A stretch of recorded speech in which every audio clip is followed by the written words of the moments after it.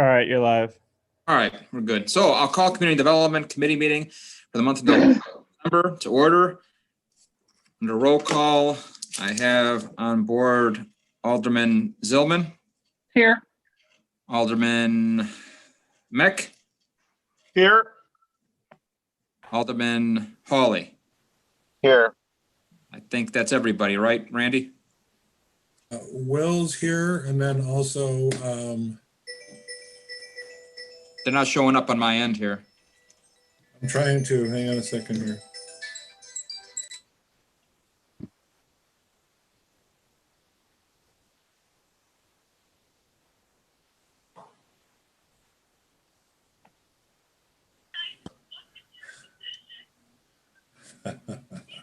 That's delivered.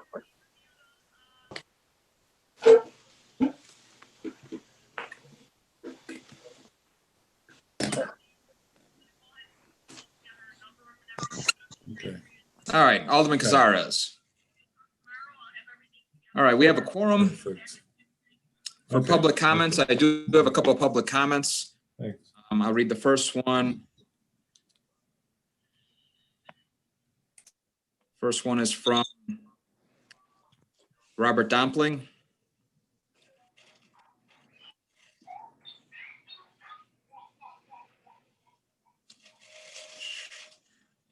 Even with my glasses on, I gotta zoom in.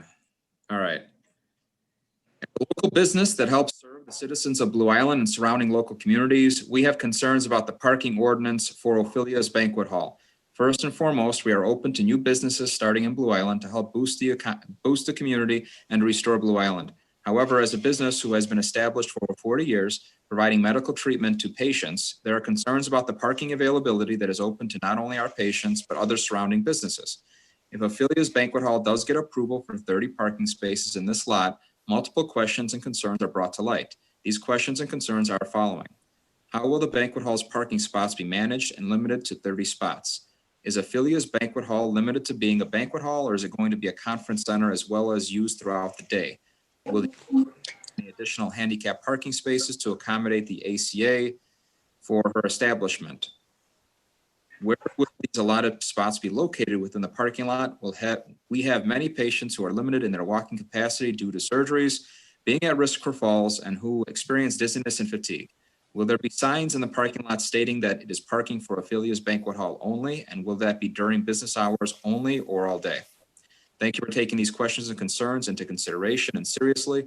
It is greatly appreciated. Physical Therapy and Sports Injury Rehabilitation, 13114 Southwestern Avenue, Suite 3, Blue Island, Illinois. So that's the first one. Second one is from Alderman Nancy Rita. Good afternoon. I have a few questions, concerns regarding the municipal parking lot on Vermont for public comment. My concerns are partially as an alderman and partially as a patient. I would like to start off by saying I'm very excited about Ophelia's and welcome the new banquet hall opening in Blue Island. My questions are as follows. Number one, when did we as aldermen start designating parking spots in municipal parking lots? Question mark. Number two, how will the designated parking spots be monitored? Who will be tracking the 30 spots? Will there be signage designating which business will park there? Is the banquet hall also zoned as a convention center? If it is decided to have signage, can there be a time, for example, parking after 6 p.m.? Have all the businesses been notified of the possible change? Without going into my medical history, I have spent a great deal of time at PTSIR. I have been fortunate enough to never have had a problem parking near the door, especially when I was using crutches, walker, or cane. I couldn't fathom having to walk across the parking lot in that condition. I also have firsthand knowledge that there are many elderly patients. Thank you for your time, and if you could please address the above questions. Those are the two that I received. Randy, did you get anything? I know they're supposed to be addressed to me anyway, but that's all I received is public comment. All right, going into the agenda.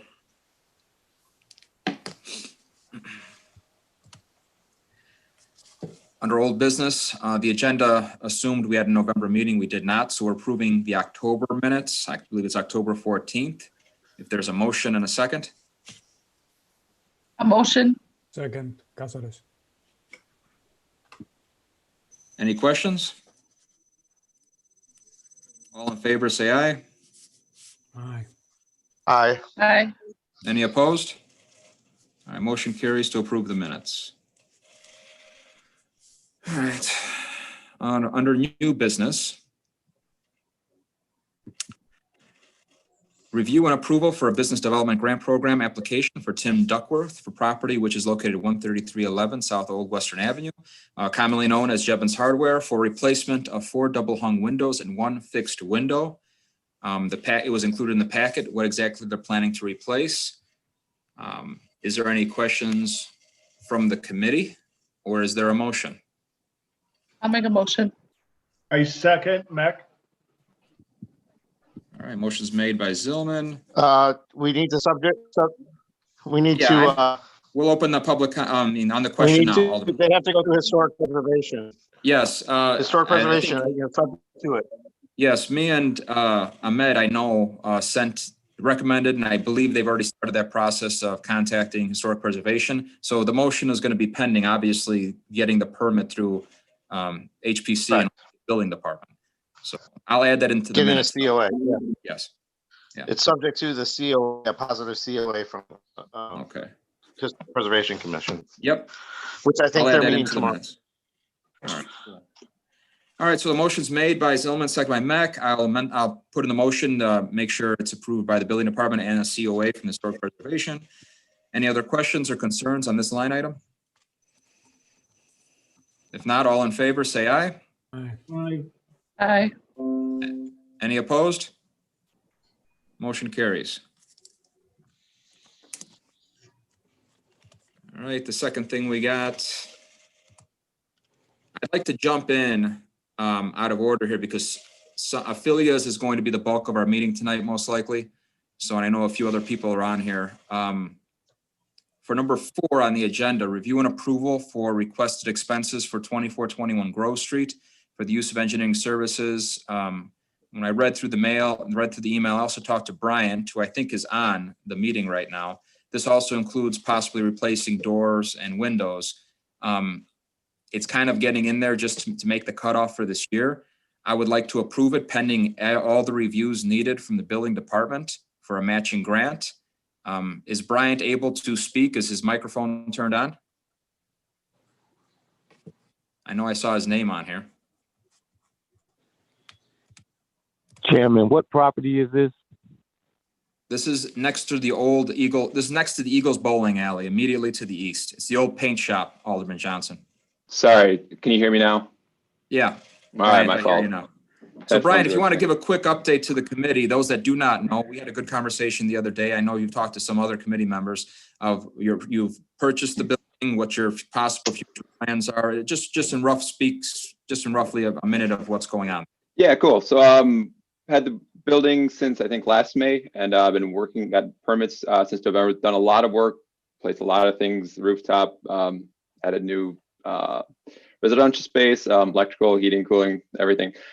The original grant was for replacing the front apartment windows and storefront windows. And at that point, we had a contractor that was doing our tuck pointing. He didn't say we had to do $60,000 worth of work on our storefront or on the facade grant. So we thought we were going to be able to go ahead, just put the windows in. It wasn't going to be a big deal. We had another guy come out to do a requote on the lintels, and he suggested we replace all of the brickwork, replace first floor, second floor lintels, and re-brick everything. Estimated at $50,000. We've gotten one quote back at $60,000 now, so it's significant. The reason why this is kind of significant is because it's now too cold to do this work. Let me back up. When we had multiple bids out, we didn't exactly know who to believe. So we said, better safe than sorry. Let's get a structural engineer out here to actually assess the building's structural integrity and then say what amount of work we need to do, because we literally heard just kind of sealing all the way up to re-bricking everything. So now we're we cannot put the lintels in this year because it's too cold. So we're going to be doing that next spring. We have accumulated some costs with engineers, and we could actually still go ahead and put a front door in and a couple windows on the side of the building that is still visible from the sidewalk. So that's where we're at right now. And then in next spring, we will be doing the lintels and the windows. So it's kind of, I think we're going to be spending upwards of close to 80 to 100 grand on our facade next year. It'd be great if we got some of our facade grant to spend on this year, and then we'll be reapplying next year as well. All right, thank you, Bryant. Cool. I have no issue as long as it goes through all the, like we've proved things tentatively in the past, just to get into the meeting, so we're not scheduling a special meeting by the building department. As long as everything approved by the building department, I'd like to make a motion to grant his application for the business district, and any information that the building department needs in completing all the application requirements. I'll make a motion to do that. Hawley will second. I just got a question, Chairman, Yes. Bilotto. What Yes. is the nature of this? What is the nature of the business that's going into the building? I forgot to answer that question. Go ahead, Brian. So we have storefront. So it's a mixed use building. So we have residential on top, storefront on the bottom. We are in the process of rehabbing the storefront in order to open up a coffee shop.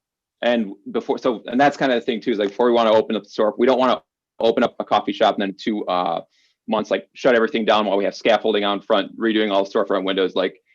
So we're waiting on the windows. So it will be a coffee shop once we get the facade just squared away and structurally sound and all the storefront windows in place. Thank you. No problem. Alderman Johnson, I'm going to reflect that you're in the meeting. If I missed you in the roll call, I apologize. No problem, Chairman. All right. So we have a motion as a second. There was a question. All in favor, say aye. Aye. Aye. Any opposed? All right, motion carries. Bryant, you don't need to stay on for the rest of the meeting. Just please check in with the building department going forward. Sounds good. Thank you. Have a good night. Thank you. Good night. All right. I think we have one other item before it goes, the Jalisco awning replacement. Yes. Either Ahmed or Howard, whoever wants to talk about that, and we can knock that one out.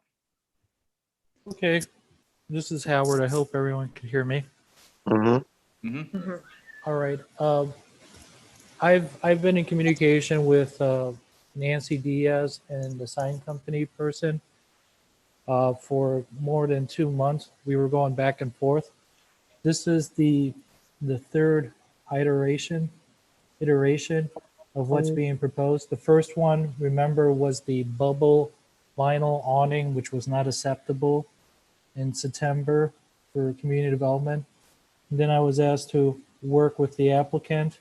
So we went through 2 renderings. The first one, which I've attached in my report, and then the second one, what's shown at the very end of the report. The situation here is the signage on the awning is still too large per the signage sign code, but it's a better improvement from what was submitted at the very beginning. I don't know if community development wants to allow for this to stand. I kind of highlighted the area in the report, what needs to be done. There is different percentages or square footage if you have, let's say, a traditional wall sign and an awning sign versus an awning sign as the main sign. So if it's the awning sign as the main sign of the building, then it's either 1 or 2 possibility according to the zone. And I mentioned it here and I highlighted the lesser number or percentage always prevail. So the size for the awning sign for Western Avenue has to be at least 28 square feet or less. And the awning sign for West 123rd Street has to be 16.25 square feet or 16 square feet or less in area. What's being proposed is much larger, and I mentioned it in my staff report. I'm looking at this report right now. 33 square feet is being presented versus 28 for Western Avenue, and then 22 square feet versus 13 or 16 square feet for what's being proposed for West 123rd Street. So it's up to the committee to decide. It's going to be externally lit with gooseneck lighting. The applicant is going to apply for that in 2021. Right now, she's just showing with the help of the sign company the awning sign that's being proposed. So now it's up to everyone here in the committee to make a decision. And I'm here present if you have any questions also. I don't know if you can hear me. We can hear you. I hear you, Ms. Diaz. Yeah. Go ahead. If you want to Okay. say something, this is a good time.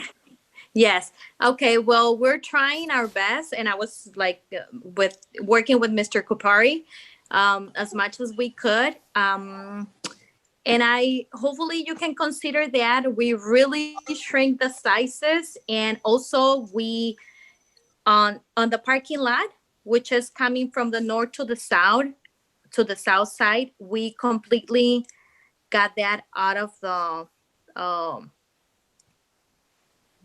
there because Mr. Kupari said that I cannot have any sign on the parking lot. So there is not much to just show that there is a business at the corner. We don't have any other way to promote that business, just from 123rd and on Western. So it's just a slightly bigger probably. I can shrink it more, or well, the company who's gonna do the job for us, they can do it probably, but I would like to do this or get it set it up in this meeting so we can try to do this as soon as possible. Yeah, Because it's looking really bad. I don't know if you have the pictures on you. I don't have the Let's see. paperwork with me right now. It is really, really bad. no, I'm familiar with Yeah, it. it is. Okay. Is this going to be canvas? I didn't get a chance to read through. I think we talked, is this canvas, Howard? Yes. Yeah. Yes. Mm-hmm. If you could Because at the shrink it a little beginning, more- when I set up everything, it was just like Mr. Kopari said, it was just Yeah. a vinyl recovery for what we have right now. But now it's gonna be different. It's gonna be the way it has to be. It's gonna be a different material, different color, and actually the logo is gonna be totally different as we had before. All right, I like this. I think it's going to be a great improvement. I like I like the new shape. I like that it's going to be canvas. I do agree if we can shrink it just a little bit, and then I'll open it up to the committee with any suggestions, but I don't think it'd be an issue approving anything tonight pending whatever the committee suggests.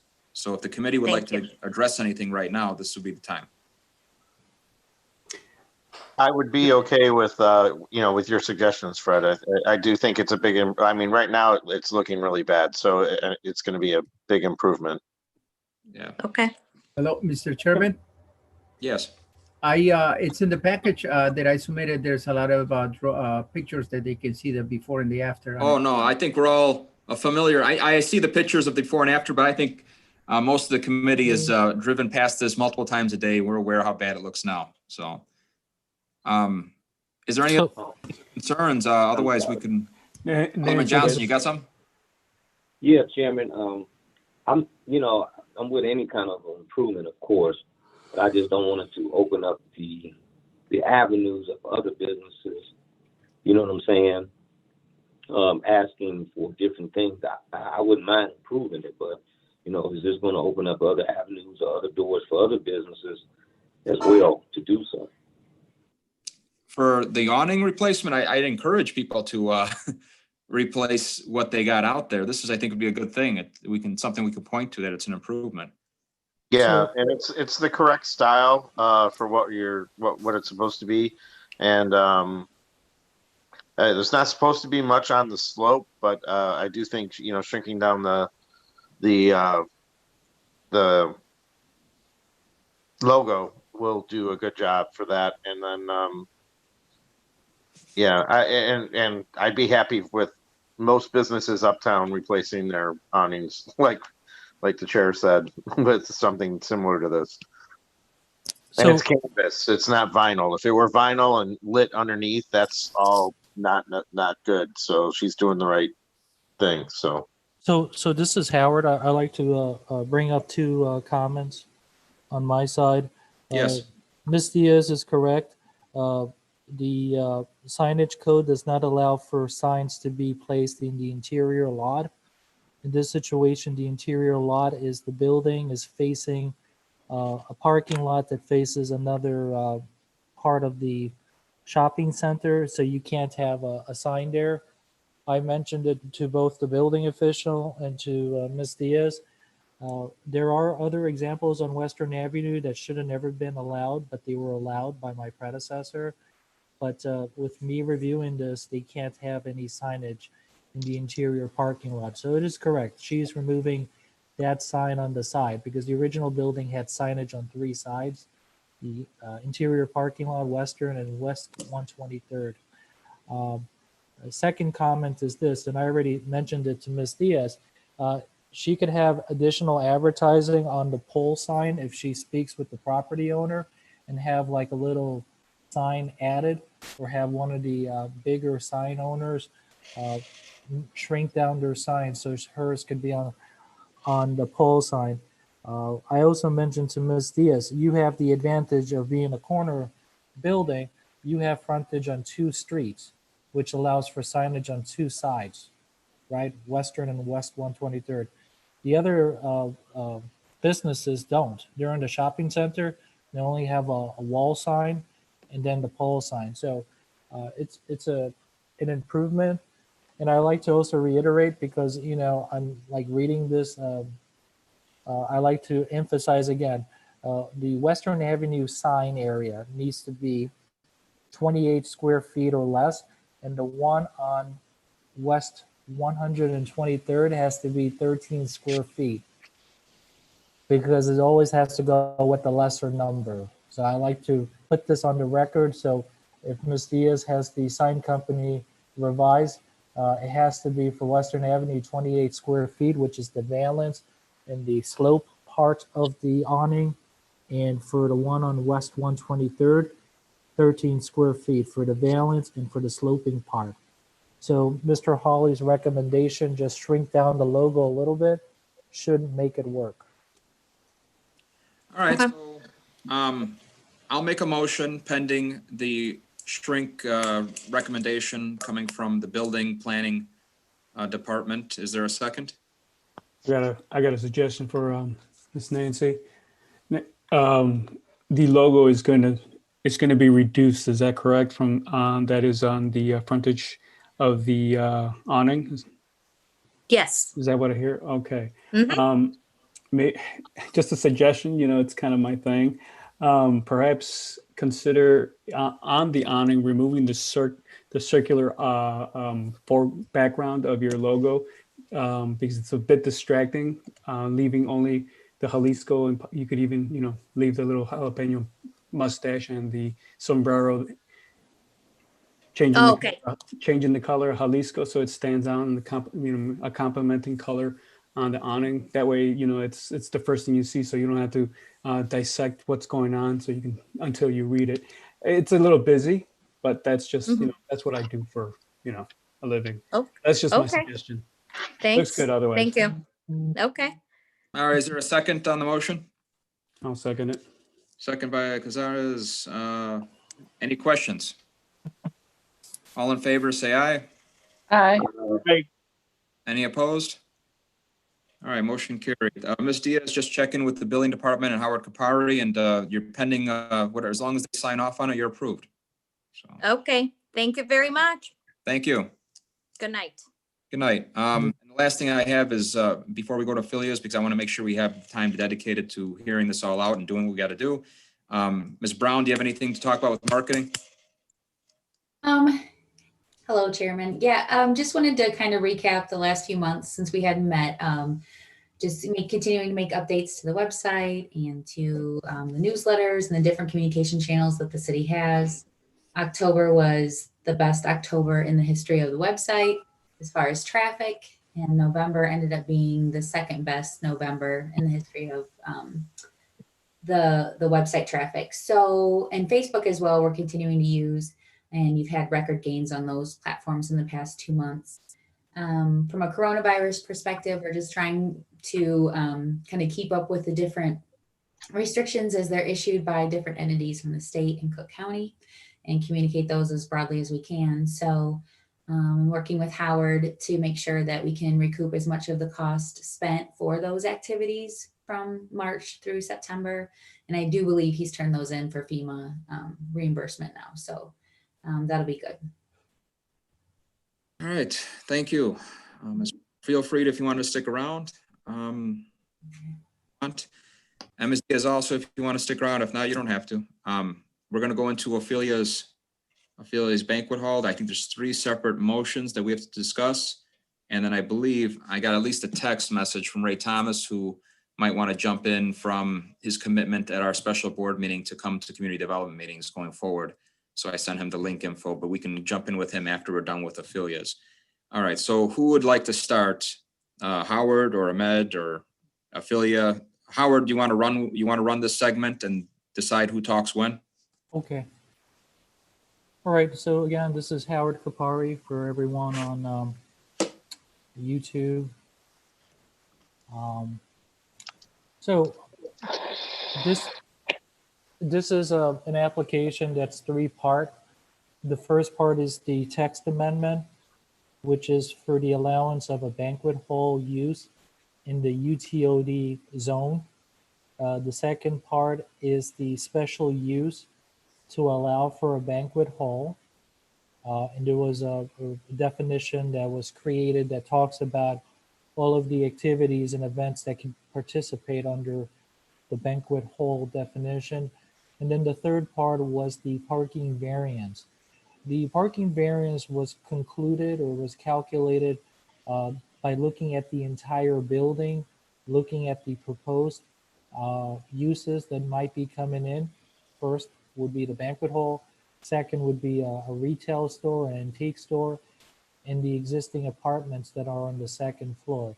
So community development, much earlier in time, allowed for a parking study to be done by Sam Schwartz that looked at the Alex Leufman's building, the legacy building, and tried to find ways to provide for parking on 3 parking lots, lot A, B, and C, and provide for parking on street parking.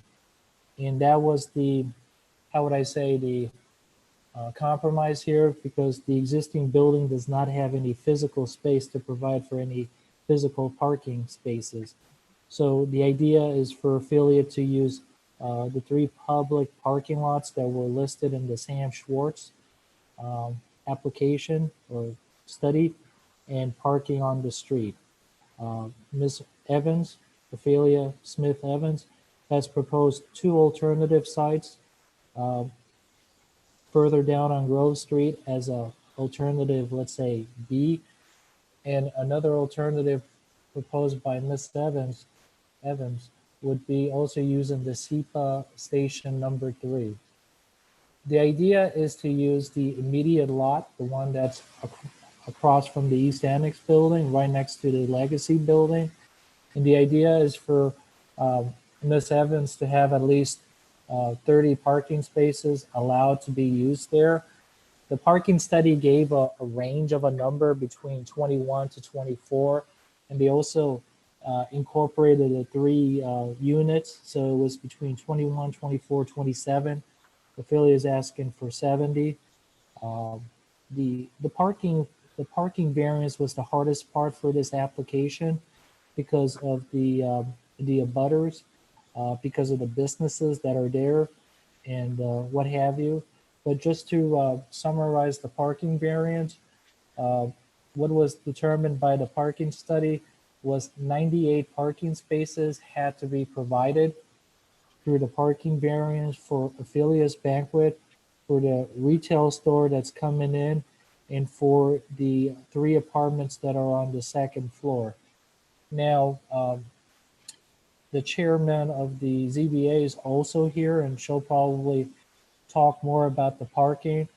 But we did, under her direction, I reached out to the property owners or business owners surrounding the parking lot and provided them with information what was being proposed.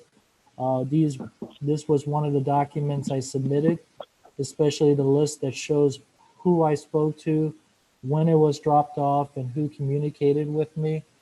This was done in September 14 is when I communicated with a lot of people. We were supposed to have a meeting on November 1st, December 1st.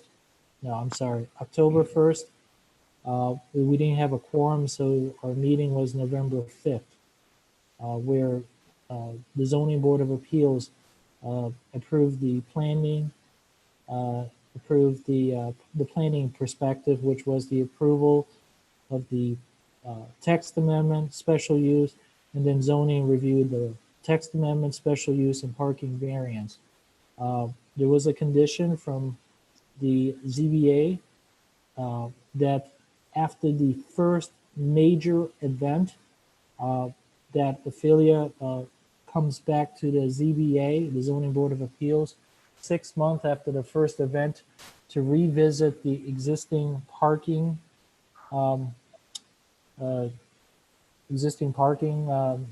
issue or dilemma, if there is one. If not, things would probably suffice.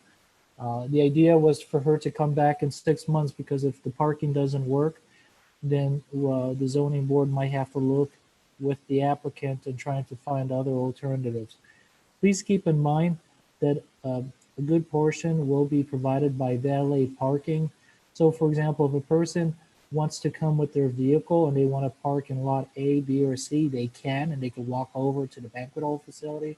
If a person wants to drop the car off, give a key to a valet attendant, they can do that. And Ophelia's attendant will either park on lot A, B, or C, or on the other two lots, which is the First Lutheran Church. And then the second lot would be the Montessori School. They're both located on Grove Street. And the further alternative would be the SEPA 3 station. Miss Ophelia Smith Evans has indicated that she's interested in using lot A, but not B and C. She thinks by using lot A and maybe the alternative lots, the private lots that she's proposing to use, through valet parking would suffice and there wouldn't be a problem. So that's her discussion in this parking variance. Just to summarize everything, the Planning Commission on August 26th approved the planning and zoning. What Planning Commission approved was a modification of where the banquet hall can be allowed. In the original, it was UTOD C1, C2. They decided that the best place to have a banquet hall was in the UTOD. So that was revised in the document.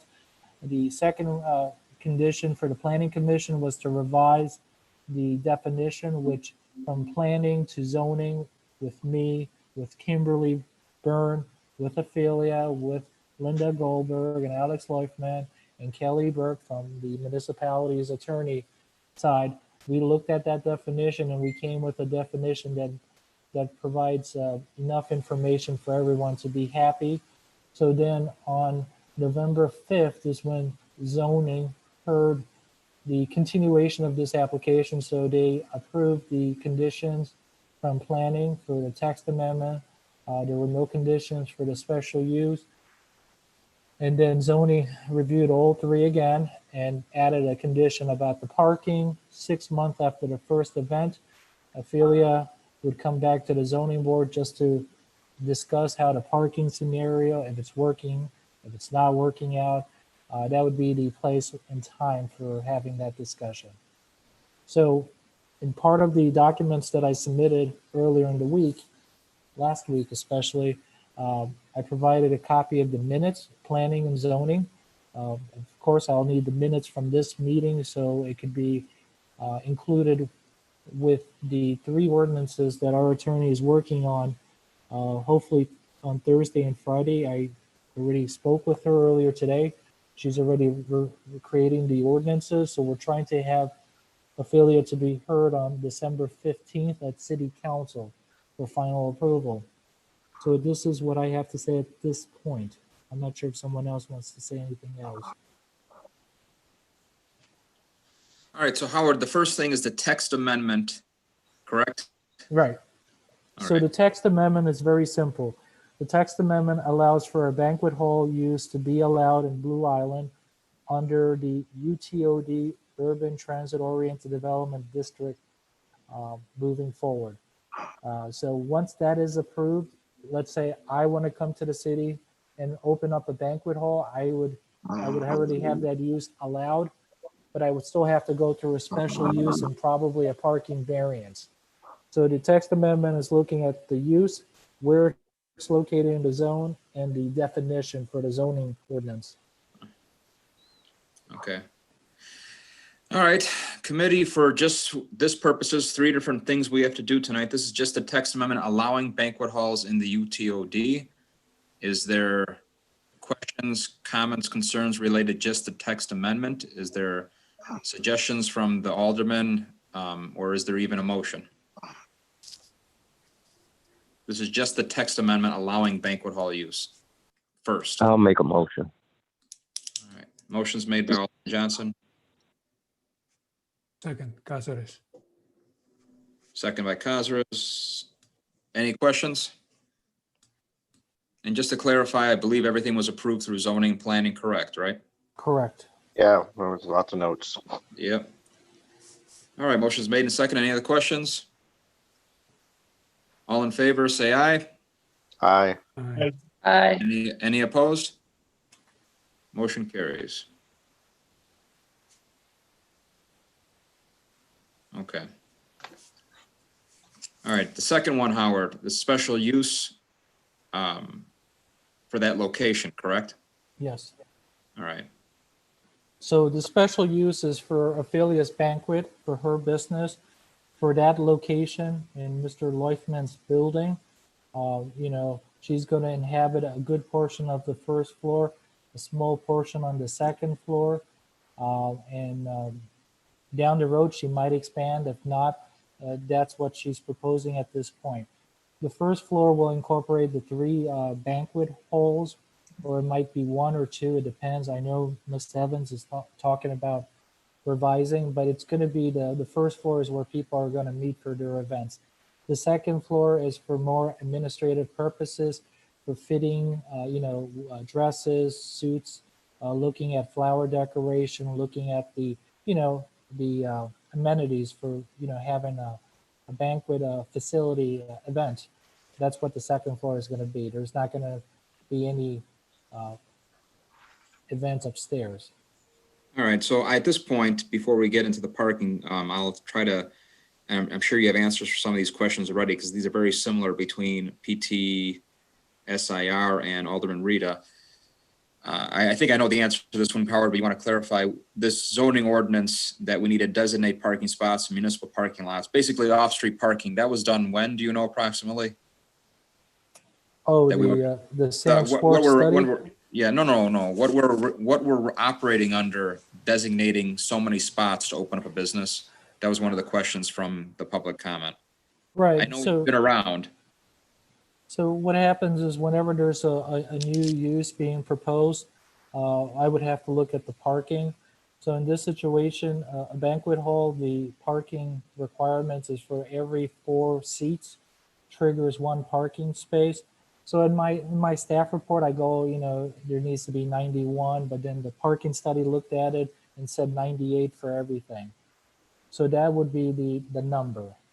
Now, since there is no physical 98 parking spaces next to the building that's privately owned by Mr. Leufman, they're going to have to use parking that's public. No, I understand all that. I think we're getting too deep into this. Do you approximately know when this ordinance was put into effect, that we were designating parking spots? We need to have businesses designate parking spots to be able to open? There is no ordinance to my recollection. This is a parking variance. Basically what the city is allowing for this person, since they cannot provide for actual parking spaces, they could park elsewhere. And No, it's but gonna be- I think you're missing my point. What's stopping a business right now opening? There's something on the book somewhere. I'm just not making myself clear, where it says that a business has to designate parking spots. Where does that say that? Well, what the zoning code says that the Zoning applicant- code. Right, the zoning All right. code says that the applicant has to provide for parking on site or on a All right. shared So parking when lot. approximately do you know that was passed? Oh, the the zoning books or what? ordinance? Yeah, that's from the 1971 code. Basically, Okay. the parking variance here, for argument's sake, is for shared parking. All So right, there's a section- 1971 code. Yeah, Right. And I don't want, Howard, you're full of information. I just want to just try to answer some of the questions that were submitted. And that was one of the questions. So basically a code that was passed in 1971. It doesn't really matter if the city was enforcing it or not, but it's been on the books and we have to enforce what's on the books. So that was passed in around 1971. The other question was, it's 30 parking spots. Where will the 30 parking spots be in the parking lot? So the question here is, will there be any reserve parking? I've had this Like, conversation. yeah. I've had this conversation with our attorney, Carrie Horvath. We're not allowed to put any signs in the parking lot that designates parking for anyone. According to our attorney, it's first come, first served basis. Okay.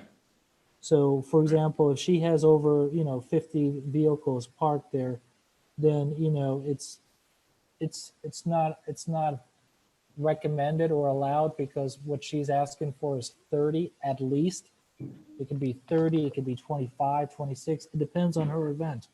All right, so Depends on it's the first come, time. first serve. It's first Right. come, first serve, and that's still gonna, the way it's gonna be. It's first come, first serve, correct? Right. Okay. And then what's the approximate time that the hours of Affilia's will be open? Was that part of this at all, or should I ask Affiliate? You could ask her. Affiliate, what are your approximate hours, primary hours? Like the most of your business will be from this time to this time? Majority for the banquet hall itself, it would be on the weekends, Friday, Saturday, and some Sundays, hopefully. And it would be usually the banquet hall. I mean, we may have 2 in a day, so it could start at 12 and end at 12, if we have 2 in one day. So, but I'd like to interject if I can with regard to some of the things that Howard was mentioning. It's not so much that I'm asking for 30 spots. See, this parking lot is a free parking lot. Yeah, Affiliate, I don't want you, I'm trying to just get through these questions that were submitted public comments wise, and then we can go right back to you and I can give you time to talk. I plan to give you time to talk. I just wanted to answer some of these questions submitted by the public, and I don't want to defer too much off of that right now. Is it also a convention center or banquet hall? It's a banquet hall. It's a banquet hall, but it's a convention center also. It can be used. I mean, it's all a matter of schematics, changing chairs and tables. Yeah, I know. All right. Yeah, to me, it's about occupancy. The occupancy doesn't change if you call it a convention or a banquet. So yes. If I can interject, there was a definition that our attorneys negotiated or worked out. So that definition is what we are. We actually wrote the definition for banquet hall. Okay. Yeah, and I have it here if you want me to read it. No, it's fine right now. I'm just trying to get through the questions here. Okay. The answer about the time of the parking. Howard, has the businesses been notified that this is taking place? Or Yes. you have to approve this committee? Well, Iko, the businesses were originally notified in early September about the zoning board hearing it. It was supposed to be for October 1st, but since we didn't have a quorum, it shifted to November 5th. The businesses, the direct businesses that are abutting the parking lot were notified. Residential, commercial, the post office, everyone. Okay, and I'm going to jump back now and just double check into the actual public comment from physical therapy and sports injury rehab. All right, so it's first come, first serves. The answer is the number 1. Number 2, banquet and conference, the occupancy is going to be the same no matter what. Number 3, are we adding any more additional handicap parking spaces to accommodate the establishment? Howard, how many are out there right now? I want to say it's either 2 or 3. It's what's required by the parking lot number. The parking handicap doesn't get created because of the businesses. It's what the physical number. It's usually like 2%, but I know Illinois has a different standard. Okay, is the handicap spots by the rear entrance to the shared rear entrance to these properties, or is it on Vermont Street? It's near the alleyway next to the buildings is where the handicap are located. near where there's an opening in the. Yes, all right, the old entrance to the department store, I think. Right. Okay, yes. Yeah, closer to Vermont, right? Yeah, if you want to say it's closer to Vermont versus Grove. all right. Okay, and then I go, I might have a solution for that if we can do it or not, for that question. We get back to that. All right. We're not allotting any spots. That answered that one. It's first come, first serve.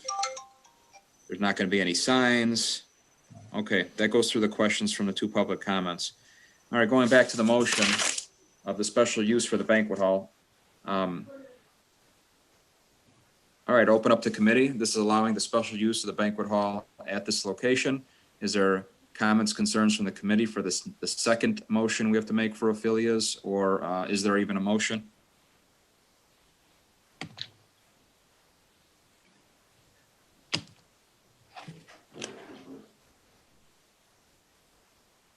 Is there a motion to approve the special use for the banquet hall? I'll make a motion. Is this nothing to do with the parking though, right? No, This just parking is the has- third one. I have a possible solution for that. I'll bring it up under the third thing with the parking thing. So, all right, motion's made by Hawley. Is there a second? Mech, Mech is second. Any questions, Alderman? All right, all in favor, say aye. aye. Any opposed? Okay, motion carries. Under the parking variance, I'd like to make a recommendation. I'm sure the Alderman might have others. Can we increase the number of handicap parking spots near the entrance to the rehab facility? I'm not asking for a big increase, but increase the number that's currently there closer to Vermont. I'm asking closer to the entrance to the rehab facility. Can I make that part of this motion if we're going to make a motion? Howard? I love the idea. Yes, it would be a condition, and I would coordinate with Eric Alvarez, our engineer, and with Public Works with Jim Postroll. Okay, that shouldn't be too hard because it's a parking lot we own and we probably have the signs. So And I'm going to hold that. I'm going to hold that on the side here because when we make the motion, that'll be part of it in case there's additional changes from the committee. So that was my recommendation. We should increase the handicap spots. If the committee has an exact number, if there's 4 right now and we want to make it 8, that sounds good to me. If the committee wants to say anything else under that, I'm going to open it up again like I did the first 2 with the committee with additional changes or recommendations for the parking variance. So taking 4 more handicap spots will eat up like 8 spots, right? Or 7 spots? Well, it would eat up 7 or 8, depends on how many there are out there. But I mean, here's my question, because you know, we have the Bobby Dumplings place that he works. We have the new cafe opening. We have Eagles, and then we have Ophelia's. That's a lot of businesses that could very well have several handicap drivers. So I know Eagles Club, unless something's changed, their handicap spots are near the side entrance to the door, which is the handicap accessible entrance to Eagles. So they should be out of the issue with them. Right, that's true. Because they're accessible through the side of the building down the hill.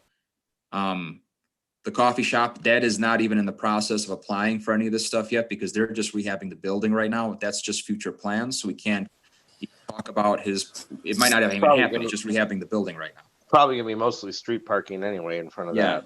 Yeah. So it's mainly Ophelia's, and what's there currently? You know, the rehab place, now the Family Dollar moved on Western. It's not going to be as big of an issue, but still going to be an issue. So I'd suggest. Is there a dentist too? Right, a dentist, the eye doctor. Is an eye doctor. So the dentist office is moving. I think it's dentist or eye doctor is moving at the end of this year to another location on Western. I just talked to all those businesses recently too. But it's again, those are mostly will be in the front on Western Avenue. Can I say something? Can I mention something? Finish parking. The handicap, I think we can do 4 more handicap spots and it's not going to hurt anybody. So I think that's an easy, at least if there's 4 there now, we can increase by another 4 and we can remove the municipal parking spots that are along Vermont Street. Now, I don't know if the signs are still there or not, but we shouldn't be parking our cars there anymore. There's no reason to park cars there at all anyway. That's what I was gonna say. We should move our cars off the lot. I mean, it's nearly a block away from where they're used anyway for the building department. So we can move those somewhere else, you know. even if at night they park in front of City Hall. I mean, they're still, we'll move them away from that parking lot. So, Fred, I mean, Chairman, I got a suggestion as well. yes, With that PTSIR, you know, if the part, you know, the handicaps could definitely be used, but it's those crevices are so deep that when you go into that building from the back, that their little walkers and stuff the wheels get stuck in those crevices. At the same time, is it possible, because I called and asked about getting those, you know, sealed or filled or whatever we have to do, so it won't be, you know, it could be a possible accident. They already in rehab. They don't need to fall again.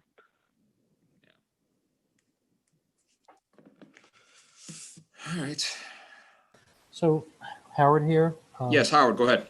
So in my conversations with the architectural firm and with other tenants in that building, many people surprisingly use the parking lot across the street between Dunkin' Donuts and Harry Long Bar. The physical therapy is the one that uses the parking lot that everyone keeps talking about, which is Lot A. So keep in mind that many of the tenants use the parking lot across the street, even the eyeglass place. I forgot. So- Meyer Eye Care. I wasn't talking about them about moving. Not them. I'm talking about the offices further south. Meyer. I'm a patient there myself. I park on Western Avenue, or the Dunkin' Donuts parking lot. Yeah. So, because that parking lot's empty during the day, except for Dunkin' Donuts and Meyer Eye Care, because the bars are at night. It kind of works itself out there. And this was part of the parking study that Sam Schwartz, they looked at the hours of usage, and they found that for Ophelia, her usage is going to be more in the evening when the other businesses kind of taper down.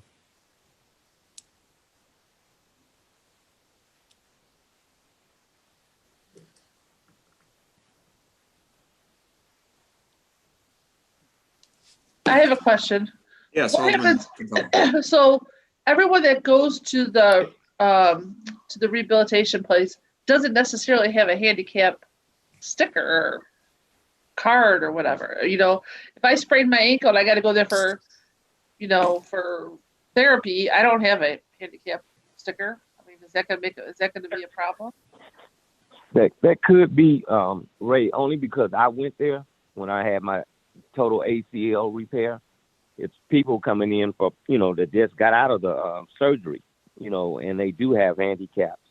But a lot of times they're not driving. They have somebody like drop them off right at the door. That's why I know that was a trip hazard for the ones that's on the walkers with those little wheels, because of those deep crevices that's in the alley.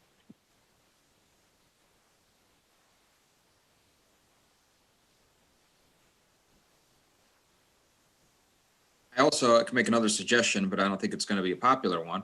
If the rehab is the main issue and they're during the day, during the week, during the day, which shouldn't coincide with this, we need to find out how many patients are in there on a regular basis. And instead of the handicap parking spots, maybe we do give 4 or 5 that are only used Monday through Thursday during the day or something like that. And that's it. But that's another whole process. You know, this is not tied to affiliates, but if we're trying to keep everybody happy on the block, that would be a suggestion, like, you know, designated PTSR or whatever parking. But I don't know, Howard, is that even something we can do, or based on what Some places do that. Like Bourbon Street has Pacific signs that say Bourbon Street parking only, or Dollar Tree parking only.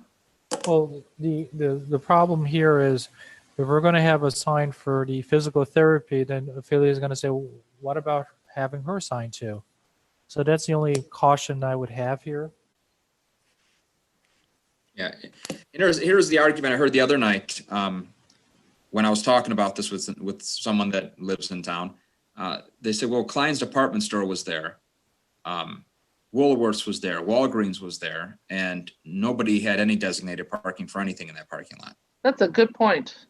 So, and then we're not talking the traffic that was going to Klein's department store with affiliates, especially not during the day. Those were all open during the day, during the week, during the day.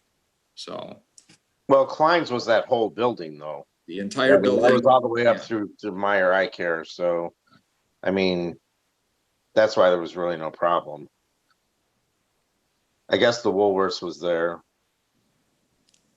We had Sears across the street. That parking lot didn't even exist across the street. So, I mean, a lot more walking traffic then, but we still had a lot of cars. I seen the pictures.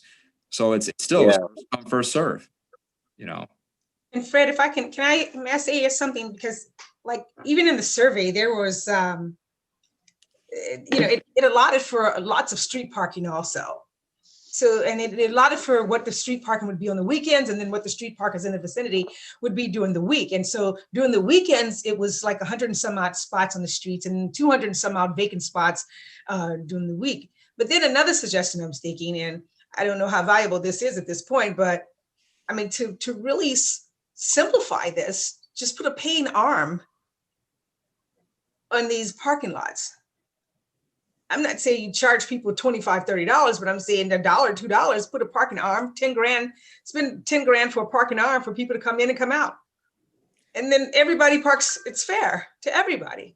There is discussions, I believe, or they have not already happened inside zoning, unless Kim Byrne wants to speak up, of looking into stuff like that. We have that same process, the metro parking lots.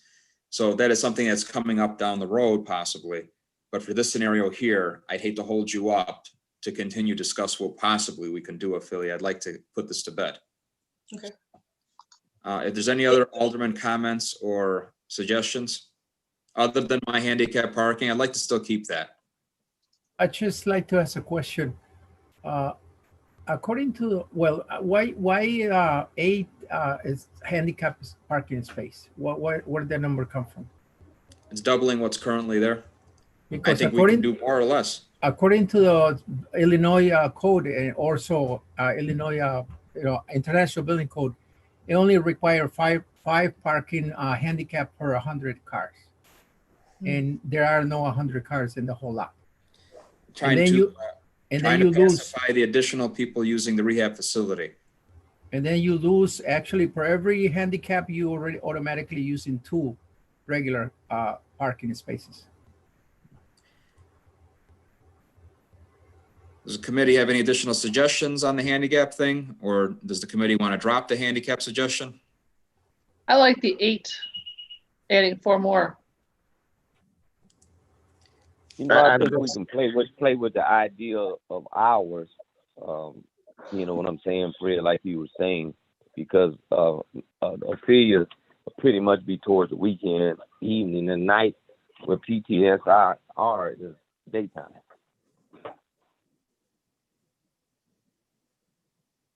And mean the hours to the handicap parking, Alderman? I'm sorry, Chairman, I didn't hear you. You mean the hours for the handicap parking, Alderman? Yeah, for the additional ones you're talking about, because I'm just saying, if we already got 4, I really don't know. If we already got 4, if we have 4 more, say for instance, they're there for the daytime, and then when evening come or night, they can go to a regular, parking spot. Does anybody know, staff, Ahmed or Howard, if the 4 parking spots are used currently, are they full a lot just by passing? I know we didn't ask ahead of time, but are the 4 that are currently there being used? Not to my knowledge. I pass during the morning or afternoon when I use the building vehicle. The handicap parking is always empty. It's the parking spaces that are usually used by everyone else is occupied. Yeah, and at night that lot gets very full, and it's there, and it does. You are going to lose 7 to 8 spots. If it becomes a problem, is there anything preventing us from adding them later? There is nothing preventing from adding later. No, it's our own parking lot. We can put the lines anywhere we want. I mean, the other thing is we can move the handicap parking to be central, like the 4 spots that keep what we have and just move them around. Or what if we just had the signs in front of the rehabilitation place till 6 o'clock, or parking here from 9 to 5 or whatever it is?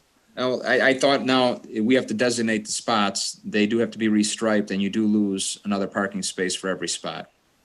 So that's permanent. Even if you change the parking, we'd still lose some spots. Time. Yeah. So why do we leave it alone? And we could always add them later, like Alderman Cazares just mentioned. Yes. I think so too, Chairman, because you said the eye place is probably moving. Not right? the eye. I want to clarify. It's a dentist, not the eye. Yeah. Not the eye. Okay, because I know PTFR was complaining about they don't really have an address. The address is the alley of the alley. So I was figuring maybe they would have recouped that area and used it as their frontal entrance. You know what I mean? Which probably could solve a lot of this problem. It's a different building, I believe. That storefront's a different landlord and building altogether. The one that's the dentist office. So after tonight's meeting, does this go to city council, or does it go to another committee? Yeah, all three would go to city council. And then it's going to be a huge night because I'm sure aldermen have other suggestions also. Yes and no. It can go both ways. I've been around long enough that I thought things that would be discussion items for hours passed without any comments. So I'm sure they would agree on that. And then things you don't think are an issue at all of a sudden are issues. So. Yeah, and I'm trying to get this for the December 15th meeting, the last meeting before the year is over, so affiliate doesn't have to wait anymore. I'm fine at this point. I mean, we answered a lot of the questions. It's first come, first serve. It's always been first come, first serve. The majority of time it's being used is the weekends where the business rehab and other are during the week, during the day. So I'm fine with it. Is there any other comments or concerns? Is there a motion? Just keep in mind under zoning that they're going to come back in 6 months after their first event. So let's say parking doesn't work out, then we could revisit, handicap and all that. Let's see what happens first. Okay. That sounds like a good idea. I'll make a motion. Alderman Johnson, Chairman. motion. Okay. Second, Mech. Second by Mech. Is there any questions or concerns? If not, Question. Go ahead. Just on that 6-month review that Howard brought up.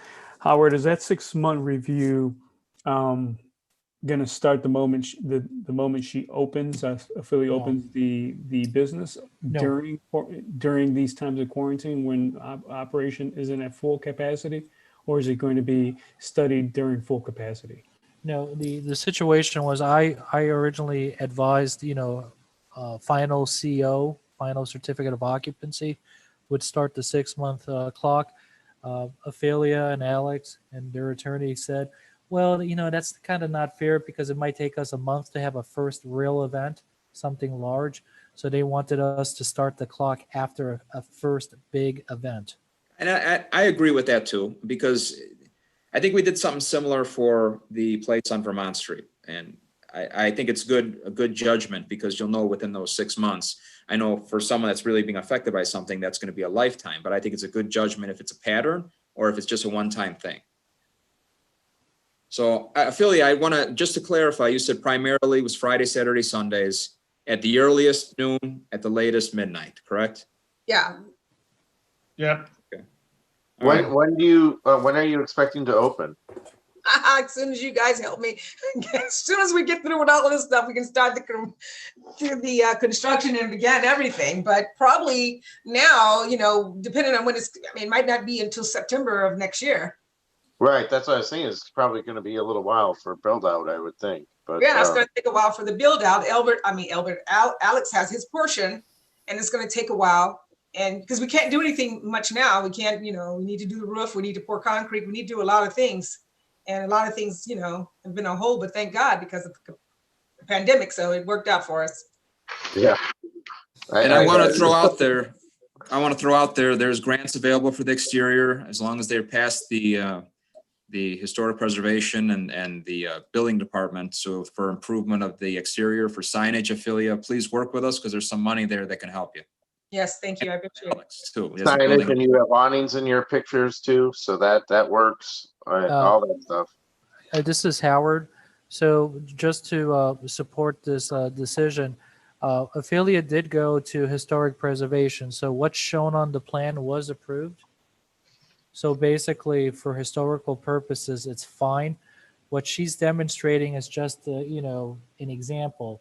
So if she does submit for signage, I'll review it internally. If it's, let's say, a variance for lot, square footage for the blade sign or something, then I would take it to community development. But it already got approved at historic preservation with the awning and the blade sign that she's proposing. Okay. Just keep that in mind that it was already approved Yeah. last year, right before the year ended. So 2019, I want to say November, December. Brian Okay. Polis was still the building official when that was happening. No, Right. after him, Howard. But there are grants for that. So when you get ready to do it, that it has to be approved, but just keep that in mind for sure. Appreciate it for sure. And so we had a motion, we have a second. Mech.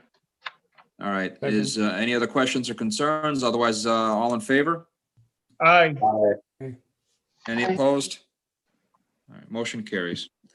Ophelia, Mr. Chairman, this is one step Burns. left. So, Mr. Chairman, this is Kimberly Byrne. May I make a comment, please? yes. There's one outstanding issue that we have not gotten resolution on, and that has to do with trash. Howard, what's the correct word? A trash Enclosure. Dumpster. enclosure. Mr. Sandino, I was wondering if you could help us with a description of what the trash enclosure needs to be for this type of business. Well, in this case, we the normal trash enclosure are the regular dumpster. They could be 3 yards, 6 yards, depending on the size of debris they're going to have every activity. So we have to look that later on and see what's going to be the size they're going to decide. And then at the same time, also, I believe the space is very restricted for that particular building.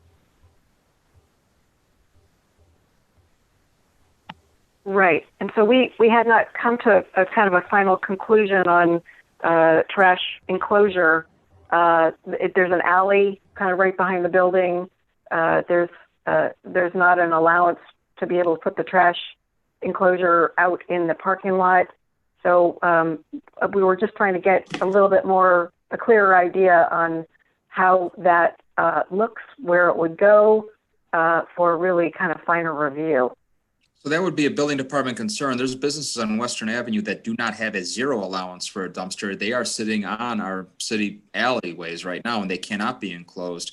So it's a similar situation. It's a case-by-case basis. I would encourage finding a spot where it can be enclosed, because I don't think there's a spot anywhere for it right now. I think Klein's used to have them all behind, when they owned the entire block, they had it behind the old stage, if I'm not mistaken, where the stairs are right now for the rehab place.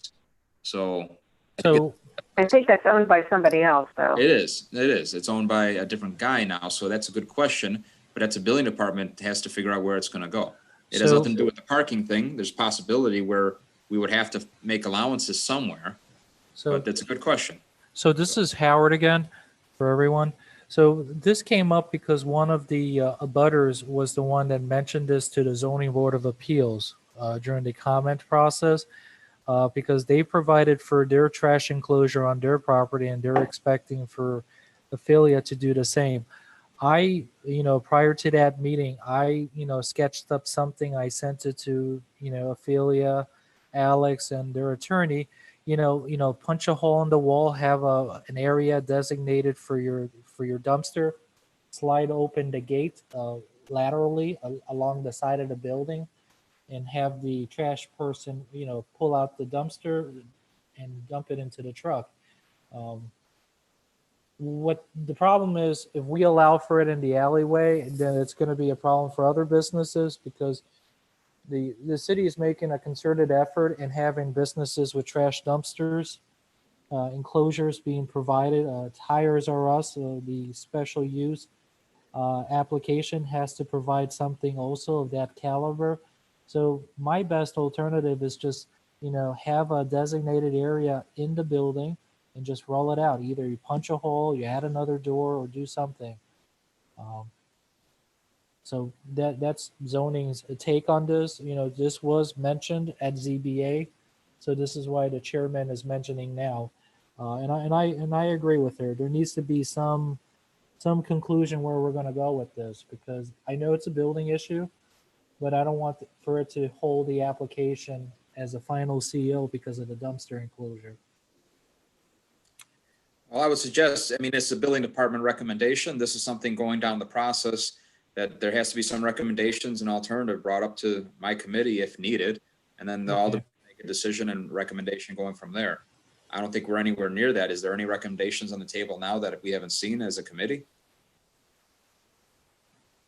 We have, as a building department, we have not received any information on that. We can get in touch with Miss Ophelia and start working on that with her and try to get some sort of a solution to that. But Sandino, Alex Leufman is on. He could probably say something as the building owner. If I can say, we did submit plans actually now over a year and a half ago, and those plans were reviewed several times. We're not opposed to Howard's idea. I think that's something that can work. We just need to get those plans back with comments so we can act with our architect to finalize it. We went through, I think, 2 reviews. There were no comments made on the trash. So if those plans are returned to us with all the comments, we can talk to the architect and find some space and work that out, I think. So, I mean, that's all we're waiting for. We're waiting for basically, we got stalled because of the zoning and the variances that we needed to get. So the building department stopped reviewing our plans at that point in time. So for clarification purposes, Ahmed, those are the plans that are physically at your office right now is the plans he's talking about. All The right, ones that were submitted in 2018. I'll look into it because that's before my time. Right, it's before your time, but the physical plans are there. I have a copy upstairs in my office. So it's true. Mr. Leufman did submit, an application with a business license application. I originally denied the business license application because of the use, because of the special use, and because of the parking. But we're at this junction now that it's been approved. It's going to go to city council. So now it's going to fall under, building review, typical building and fire review. And, the trash dumpster is going to be one of those issues that have to be resolved prior to the issuance of a final CO. Okay, well, building department will take care of it. We'll start looking into it right away. All right, so it's on the record. It's been brought up that it's got to be looked into and part of the plans going forward. Is there any other questions or concerns with Ophelia's? And we've passed all 3 motions out of this committee. Tentatively, it's going to be on the agenda for Tuesday if the attorneys can put it together by then. Yes, I'm going to be communicating with Kelly, provide her the vote count for the recommendation letters that I've submitted to her with the planning and zoning count. If you could get the minutes to me, Fred, hopefully by Thursday or Friday morning, I would like to include the minutes from CDC in it. So the minutes are there from planning, zoning, CDC. The 3 recommendation letters that I drafted, plus the 3 findings of fact, plus the parking study, plus the staff report, and other documents that are needed for the 3 ordinances for next Tuesday's meeting. Okay. All right. Anything else for Ophelia or Alex before we go on to the next item? If not, you can hang on or you can log off. It's up to you guys, and we'll see you guys on Tuesday. Have a good evening. There's a broken pane of glass. Is that going to get repaired soon? We repaired 2 panes of glass that were broken, unless something else was broken after. Oh, okay. All right. I thought could have sworn I was just by there and I saw something. So if it's been repaired, that's great. So all right. Howard, don't go anywhere yet. I got a question that you probably might have an answer for. I have 2 questions that I'll bring up right now before I go to Ray, because you might have answers. The double play awning that we approved way back when, it's been installed for quite some time. Did that just fall through the cracks where we needed it approved? Was there a final inspection needed? The owner was asking for his rebate amount for the awning. Does anybody know about this? So it went through community development. The concept idea was approved, so now it's a building permit issue. All right, so Ahmed, I sent you an email a few days ago. Have you looked into it? It's been up for a while now. It looks exactly what we approved. Is there any way we can just approve it and send it to finance? Is there Let me get him back. Yeah, I tried to look into that, but we don't have any documents from them requesting. Well, first of all, I don't have documents in terms of the invoices, so I'm gonna have to request that from him. And also we can process that quick and possibly, yeah, we can just send you an email on that and we can forward that to finance. All right. Does the committee have any objection with just, as soon as Ahmed gets the stuff together, sending it to finance? We've already approved the concept and he put it up as per concept. Does any alderman have any issue or want it to come back here first? Can we just, send it to finance and pending the outcome of what Mr. Yes. Sandino brings back? I agree. Is there any other issues? Otherwise, I agree we should just do that. So, all in favor of sending double play to finance pending building department review? Aye. Aye. All right. Any opposed? All right. Then my other issue, Rock Island Public House, Ahmed, just received a write-up for not having a dumpster when they have a dumpster. Are you familiar with this at all? No, I have to ask the maintenance part-time inspector. That's the one who's doing that, and I can find out and let you know on that. All right, I just make very known. I'm there a lot, just checking in on them, what's going on. I'm not for the bar portion, but more for the food. I probably am there 3 days a week, and I've never seen the dumpster overflowing. So I don't know if it's that. It's very unclear. It says, it sounds like it's like missing a dumpster altogether. That's what they got a letter today saying that they're requested to come January 14th at 9 a.m. in the East Annex. And it's saying every occupant of a structure shall dispose of garbage in a clean and sanitary manner by placing such garbage in an approved garbage disposal facility or approved garbage containers. There's a large dumpster that's always there when I go pick up my food, and it's never open. So, and I was just there today too. And Yeah, I'm there, like I said, 3 days a week. That sound unusual because that's unless there's some mistake. 'Cause remember that we don't have a secretary in the building now, and Yeah. there's somebody was doing some of the mail, and it could be possible. Let me check that tomorrow with what we have out there. I'll let you Yeah, know. please let me know because I like I said, I checked there tonight before I came over here, and I'm there all the time. I've never seen it overflowing. No, it sounds strange because I never receive any complaint from that area at all. Yeah, yeah. Okay, well, I'll check in. I'll send a separate email. I'll send this to you in an email, and then the owners tomorrow. All right, so those are my two comments additional that came through. And then I have Ray Thomas, who at the last special city council meeting when we granted overrules or whatever we did, he volunteered to come to community development and work with community development for any issues going forward. He contacted me today, said he wanted to be at the meeting, so I'll turn it over to Ray. Are you on? Can you talk? Yes. There you Can go. you hear me? All right, Mr. Thomas. Yeah, I hear you. So so thanks, Fred, for inviting me to the meeting. I just wanted to talk to the community development just about a few things that I feel that within my power that I can do to help to make the city better. I know at night between Ravens Place and the Vault, we probably have anywhere between 450 to 500 people pre-COVID. A couple of years ago, and I've been working, like I said, I worked with Randy to try and do something about the parking. I think that that's being worked on now. But I want the committee to know that we are dedicated to doing whatever it takes. I mean, if it's, putting in different things for parking, buying additional land in Blue Island to expand our parking and busing people to our venue. I mean, we own an entire city block and we want to make that something that people can come to outside of Blue Island, just not people inside of Blue Island, but make Blue Island a destination location that people can be proud of. And I just want to, I want to understand more. What is it that you guys want from us that we can do that can make this much easier for us to be able to help the city to transition into more of a destination location so that more people can enjoy what Blue Island has to offer? The committee have any suggestions or concerns to Mr. Ray Thomas? This is Alderman Cazares. I think everyone would be happy and is probably also thinking it.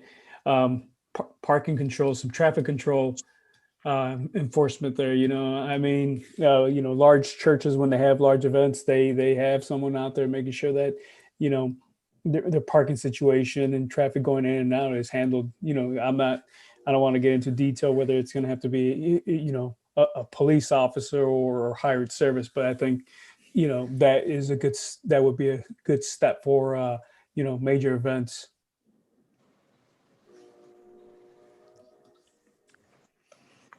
This is Alderman Johnson. Go ahead, Alderman This Johnson. is Alderman Johnson. I've been to Mr. Thomas' establishment and even had a fundraiser held there.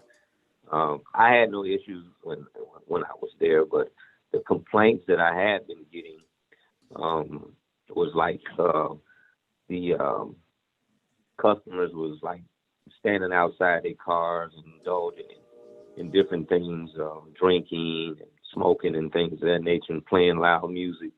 But I guess the only way to kind of remedy that, because, when you talk about a crowd of 400 people, that's a lot of people, to have some kind of security walks or something of that nature, Mr. Thomas, because, you can control probably 80% of the crowd, but 20%, we just hope to be better. I have a suggestion, Alderman Zylman. So like Beggar's Pizza, they hire a Blue Island police officer to stand by the door on Western.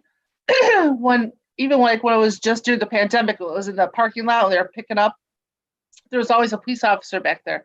So maybe if you worked with the police station and they had two police officers that weren't on duty, like off duty or whatever, however they work it out, and then this would show that you're working with the city too. That's an idea.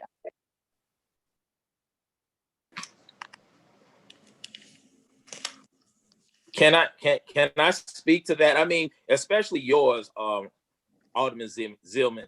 I have been trying for over 2 years. 2 years ago, when Chief King was there, I went to the Blue Island Police Department and I offered to pay Blue Island police officers $30 an hour to work for me.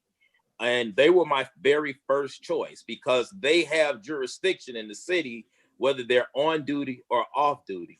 For some odd reason, this thing got lost in translation. I don't know what happened to it. We addressed it again when I went in for meetings just during COVID-19 with Kerry Horvath and Mayor Vargas. I mean, this thing has just been constantly being beat. Everything that you guys have suggested, we actually do. I have a security detail of 25 guys, but they don't have any jurisdiction on the sidewalks in Blue Island. And the police will ride by and tell my guys that if we try to tell people to move off the sidewalk, that as long as they're not doing anything, we can't tell them to move. So it's me constantly fighting a battle that we keep coming up with solutions for, but it just seemed like every solution, it seemed like the door gets slammed in my face. And that's the most, unnerving thing about it, is that we've put all of these things on paper. I mean, I actually have a contract. I actually have a, what we signed up with the police department, we gave them an insurance policy. We told the city officers couldn't be sued, that they would be covered under my insurance and that they would be working for me. We just needed for them to either have a radio or something from the city just in case there was an incident. The city attorney, Kerry Horvath, turned us down. Now, keep in mind, they work in full uniform at Beggar's Pizza, at Corbacky's liquor store. And then I was told off the record by a police officer that I was offering to pay them too much, so it would be a problem that they would want to work for me all the time and they wouldn't want to work at these other establishments. So those are the issues that I'm having, and I don't understand why I constantly, while we're being held to this high standard where everybody else get to use the resources in the city, and I pay taxes within the city as well. But every time I come with a suggestion to say that we want to do something to better the business, we get the door slammed in our face. I think as the money, I think $30 was a little high, because I know when I did stuff at the Park District events, there's a flat fee. And I believe, right, Fred, if you correct me, we went through Jamie Schultz. Is that correct? Does he hand that out? Jamie, as far as I'm aware, it's still through Jamie. Yeah. And I want to say it might be like 23. It might be a little bit more now, but I thought it was like 23, 25. I It's don't know. not 23 no more, Miss Alderman. At least my Donatus figures haven't been that nice for a long time. Oh, okay. Shows you what I know. It's somewhere in between there though, between that and 30. I think that's where it stands. Maybe try to reach out to Jamie Schultz and see what Jamie says to you. That is who I spoke to when I was talking to Chief King. He's the sergeant that told me that it would be a problem. Maybe just offer to pay whatever what the going price is. I would guess.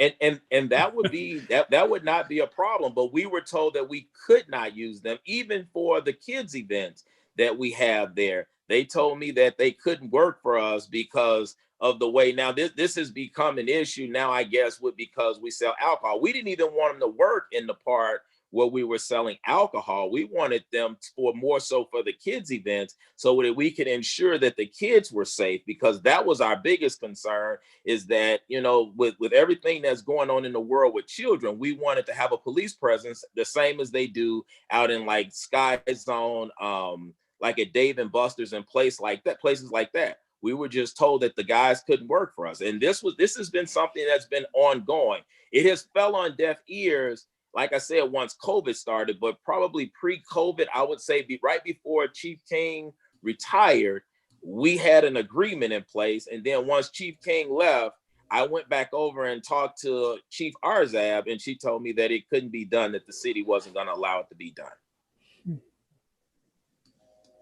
So, I mean, like I said, I want to do this, and that would solve probably 99% of my problem that I have, because I could actually have that officer to do certain things, and he would have the police powers, which means he could control the traffic and he could definitely control the sidewalks. It's not like we want 10 or 15 officers working for us at one time. We would keep our same security detail. We would just have more enforcement, because we would have a law enforcement officer from the city of Blue Island, the same way as any other entertainment facility has when they offer these types of things in the cities that they're from. If you go to Orland, if you go to any place where you have an entertainment facility, you have an off-duty officer that usually works for these facilities, which allows him to be able to build that rapport and that relationship with that business to ensure that that business and relation is safe within the community. Well, Mr. Thomas, I think it's an interim chief has taken over because Chief Arzab is put in for retirement. I don't know how effective that will be. I think it's soon. Alderman, I think, was there an announcement made last night? That's correct. Yeah, so there's a new chief now. I would reach out to the new chief, Mr. Thomas, and see if anything has changed or any movement on that end. I would. And is that Chris Connors? Far. I wasn't at the meeting last night, so I don't know who was announced. Who is the new chief? Far. Far? Okay. Okay. So it'd be interim chief Farr. I would reach out to him, Mr. Thomas, and see what he's got to say. And at least you'll have more information then, and more current information. And it's a new chief now anyway, so it might get a different answer. I'm not sure. I don't know what the answer was before. I'm not hypothesizing what happened. Personnel, so maybe reach out again. Not a problem. I will do that as soon as this week. I didn't know. I thought Chief Arzab, when I last spoke with her, she told me her last day was going to be, well, I think you were there, Fred. She said she was going to be retiring at the end of the year. So that's what I don't know. I wasn't at the meeting last night. I assumed the same thing, but unless earlier. Probably has vacation time coming. I think it's January, Chairman. I think it's January when it transpires. Okay, so it'd be a few more weeks now. You know, all the mayor did was announce who his candidate would be. Okay. And just so the committee knows, I met with Mr. Thomas, the police chief and fire chief briefly. I don't know, was it a week ago, Ray? Something like that. About a week ago. The conversation I showed up with the chiefs, I left with the chiefs. The conversation was mostly about COVID, and the questions we couldn't answer, we diverted you to talk to the attorneys, correct? That is correct. All right. I don't know if any progress or anything's changed. But that's the last I've heard is just the email correspondence that we've been on. The last thing that we were allowed, I got a letter from Attorney Kerry Horvath just last week, that told me that we were allowed to use the private patio that we have that's attached to the building while COVID is going on. So that's what we've been doing. It's been very quiet. We've been having anywhere between 50 to 75 people that have been, in the building. So there's been no issues. No problems, no concerns. But my concern is that once COVID is over, that I would like to continue to work with this committee to ensure, just listening to what, the concerns are about parking, different businesses coming on. I think there's some things that businesses there in Blue Island that we can do to help. I mean, if we pull together, because there is land and there is things that we can do as businesses to make it so whereas it's not as congested in the area, so that if it is going to be more of an entertainment corridor, that it works for all of us. Yep. And let's hope this COVID passes and we can maintain and we don't lose any more businesses, especially in town here. All right, any other questions for Mr. Thomas? Ray, you got anything else? Nope, nothing else. I'm done. Like I said, if you need me, I'm here, and I want to continue to work with the committee as much as I can. Thank you for coming, and it's always the second Wednesday of the month. We had to cancel one in the last 2 years because we didn't have an agenda item. I think we didn't really have any business to discuss. I think everybody's just in reserve. They don't want to spend any money, and then there wasn't any grant applications last month, but usually it's always the second Wednesday of the month at 7 o'clock. And just reach out and I can send you the Zoom info. Thank you very much, and thanks a lot. Thank you for coming. Bye now. All right, building department report is my last thing I think we haven't touched upon yet. Mr. Sandino. Well, it's the last meeting of the year. I'd like to wish everybody Merry Christmas and Happy New Year because we'll be seeing each other again until next year. The other thing I'd like to mention is as of Friday, the building department, it will be very short in staff. We will have only one part-time inspector, maintenance, and myself, because the rest of the people, the secretary quit, or basically she moved away from she found another job. The other full-time inspector is going for surgery, so he'll be back until next year. So we are very short. We only have 2 people, and that the part-time is going to be there only Monday, Tuesday, and Wednesday. Then Thursday and Fridays, that means that we're going to have only 1 person. And that's where we stand. So right now, the report that we have here, it was done. Well, I did this one, and I'm familiar with now and the whole entire revenue. That's we're collecting pretty well, and still by the end of the year, we'll be way over the goal that I set up when I started when I took the job over. So we're going to be over the $500,000 most likely. So that's something that I'm preparing a chart for once with the whole year is over, and so this way you can see how the revenues and how the entire electrical, all the permits that went along and the complaints and things that we've look forward to set up the goals for, we accomplish, and we are still striving hard to make sure that Blue Island raise the bar and be able to make a better city.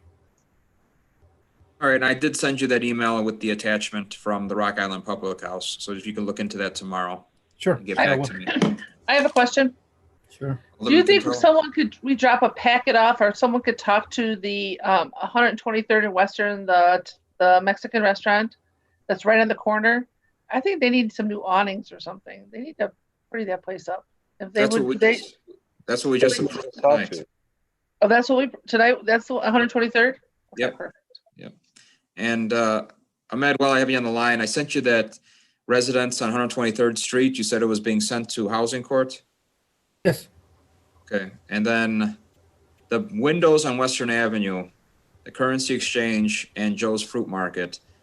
It's been like 6 months. You're saying that they've hired a company, but they just haven't done it yet? Yes, as a matter of fact, we visited today, the health department, health inspector visited that market today, and they also were talking that they were going to be working sometime this week. I'm trying to follow that. I do have information, and I talked to the company, and they agree with me. They agreed to building department that they are going to be replacing those windows. And then the Colvin's Printing, am I saying that? Not Colvin's Printing. Sorry, I shouldn't have said that one. That's a different print shop. What's the print shop on Western that I've already forgotten the name? That's Shake and Bake's Oh, place. Shake and Bake, yes, Two yes. bars. Yeah, I know he passed away. I'm assuming now the kids aren't taking it over. Yes, Is as a there matter any- of fact, yeah, we tried to get in touch. We did talk to a kid 30 days after we waited for a little time. He said that he was working on it. He brought us, he showed us an architect that he was going to do work because he was having a hard time. But somehow I find out that they're trying to sell the building. So Yeah, I there's a don't know. sign there from Corona. They're selling the building. Right. So I don't know if they want to sell it as is, but I mean, we're still pursuing to see if they can be able to do something to their facade. Okay. Any other aldermen have any questions for Mr. Sandino? No? All right. Mr. Sandino, Merry Christmas to yourself, and Thank we'll you. have another meeting in January. Just the double play place, please, if you can get that stuff together and just send it straight to finance, and then I'll let them. I'll get that one right away. So I'll check it that one really tomorrow morning. Okay. I'll do that. All right. I think that's everything on the agenda. Does the alderman have any for the public order, public good?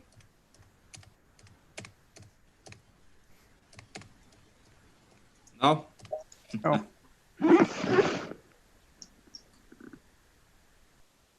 All right, one last thing I have to say. The owner of DeMasty's Catering passed away, Dan Mastantuno. I'm not familiar with any arrangements yet, but definitely a leader of industry and a long-time business in Blue Island and a Blue Island resident. I just wanted to mention that to the committee if nobody knew that yet. I received a call earlier this week. We lost a good business owner. Mark, his son, has kind of taken over the business or has been running the business for many years now, but Dan was always around. So, and Yeah. always I seemed at just St. saw him a couple John's. of weeks ago, it seemed like. Yeah. And it sounded like I was talking to Laura, Mark's sister. It sounded was kind of sudden. He had pneumonia and passed. But yeah, it's a sad day. I mean, in the Blue Island residents, we lost a Blue Island business owner and a Blue Island resident. And the community development, I wanted to just mention that in case anybody didn't know. So, all right. If anybody else got anything else, I need a motion to adjourn if nobody has anything else. I make a motion. Second by Mech. Second by Mech. All right, guys, you have a Merry Christmas, and I think we can, we'll meet in January because I'm assuming we're going to have something, so I'll keep you guys posted. All right, great. Have a good holiday. Merry Christmas. Merry Christmas. All right, Merry Christmas. See you guys later. All right. Bye. Chairman. Yes. Chairman. Yes. Was the restaurant public house or pub house? Public house. The one you Rock get the Island food. Public House. Well, you turned me on the natural law. You never did turn me on the public house. Okay. Public House is the bar in the corner, but then they also have in the back Butter Upon Bacon, which is a takeout, or you can eat at the restaurant pre-COVID or eat outside during COVID. And they have very good food also. So you got Natural Law and Rock Island Public House on Old Western that has good food. So along Okay. with Mario's and it's hard to make a decision some nights. So. Well, we ate there together, Fred. Hint, hint. Okay. Hey,